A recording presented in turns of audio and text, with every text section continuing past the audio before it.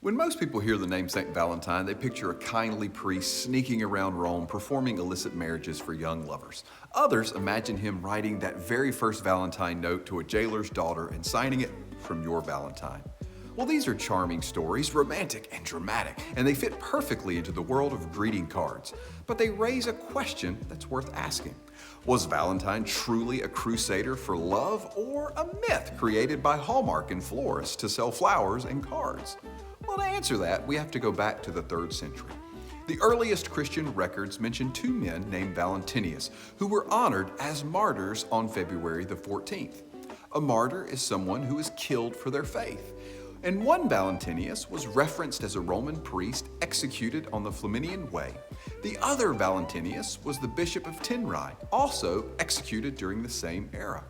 And both lived during a time of intense Roman persecution of Christians, and both were killed for their faith. Now, scholars have debated for centuries whether these two Valentines were two distinct martyrs remembered by different communities, and by coincidence, they were both separately venerated on February the 14th. Or is this a case of one man who was known by different titles in different regions? The records are just too thin to say with certainty. But what we can say with reasonable confidence is this.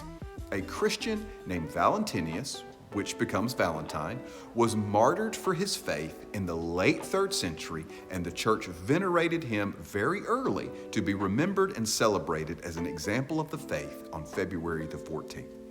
Everything else, the weddings, the love notes, the romantic heroism, comes much later. So why did these myths arise? Was it to sell flowers and cards? Well, no.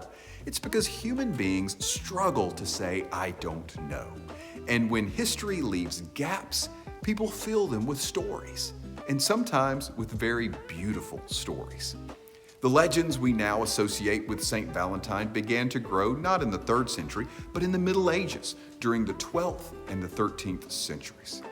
One of the most enduring legends claims that Valentine secretly performed Christian marriages for young couples after Emperor Claudius supposedly banned weddings to keep men available for military service.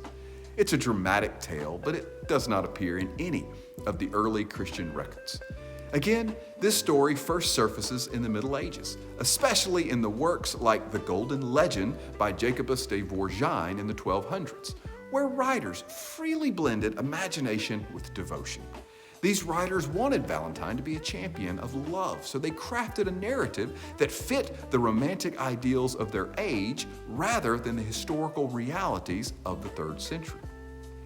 Another popular medieval story says that Valentine befriended his jailer's daughter while awaiting execution, and he restored her sight through a miracle. And as the story goes, he wrote her a farewell note from prison signed "From your Valentine," creating the first Valentine card. Well, this touching detail appears nowhere in the early sources. The note from prison motif reflects the medieval love of symbolic gestures far more than anything we can trace to the historical martyr. These stories were devotional and imaginative, and these types of stories are called hagiography. They were meant to inspire, not to record history.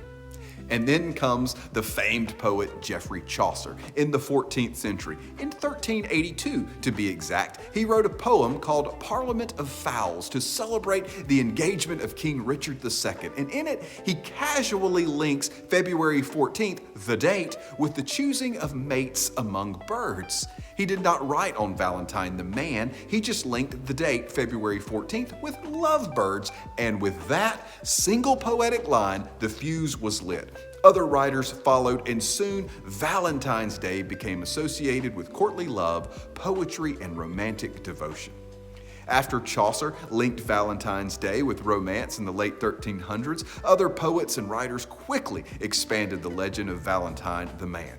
Authors like John Gower, Otto de Grandson, and later medieval English poets began composing verses about lovers choosing partners on Valentine's Day, attributing these customs to the saint himself.